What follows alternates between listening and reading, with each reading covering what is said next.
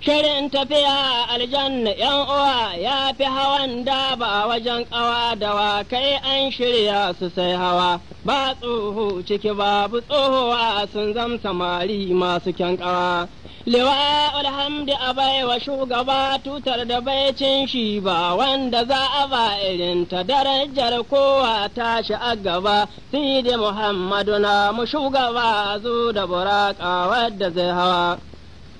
Rasulu shi ce bila faɗa ma masu sallah alƙawalin Allah da ya faɗa na shan ni'ima, a gare su an haɗa shi to kuma yau an ba ku ba haɗa aljanna ga yau ciki za mu ɗuruwa. Ga annabawa an yi sansani Muhammadu a gaba shugabanmu ne musulmi, mun zo mun yi sansani ga sorayen aljanna mun gani muna cikin rana za ta faɗuwa. Sai a kira mu a ƙara ce muna ‘yan mata na ciki an aje muna, nan na tsaye sun fituluna da shimfiɗu lantsam abin muna ba a ‘yan matan ba su ƙwarwa.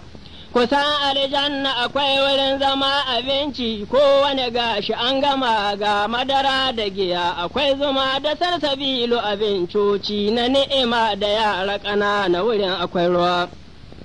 70 matan ka kai da su kuna taba'a, kuma babu mai musu gajin magana duk wadda kai musu da kai kira kuma sai su gurguso kiran da ka kai musu ba su ƙwarowa. Babu abin da ka ta da hankali ciki muke, kullum mu ta shagali ga hasken su shina ta ƙyalƙyali, hasken ya fi gaban na cocali irin hasken